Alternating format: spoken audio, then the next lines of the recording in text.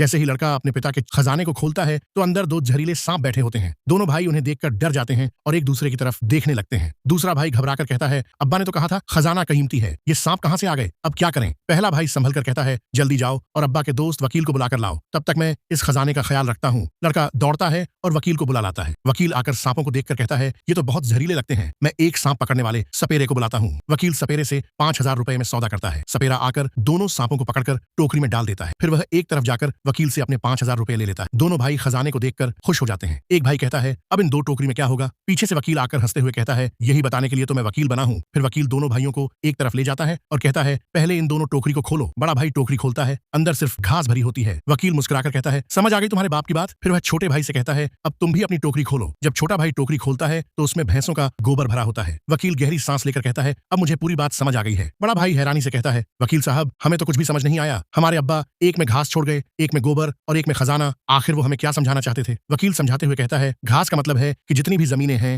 वो बड़े बेटे की हैं, और गोबर का मतलब है कि जितने भी मवेशी हैं वो छोटे बेटे के हैं। फिर दोनों भाई एक साथ पूछते हैं, तो फिर खजाने का क्या मतलब। ये जानने से पहले इस प्यारी सी फोटो को लाइक करें और कमेंट में अल्लाह लिखें। फिर वकील धीरे से कहता है, तुम्हारे अब्बा को पता था कि ये गुत्थी से नहीं सुलझेगी, तुम दोनों वकील के पास जरूर आओगे, इसलिए उन्होंने ये खजाना मेरी फीस के तौर पर मेरे लिए छोड़ दिया है।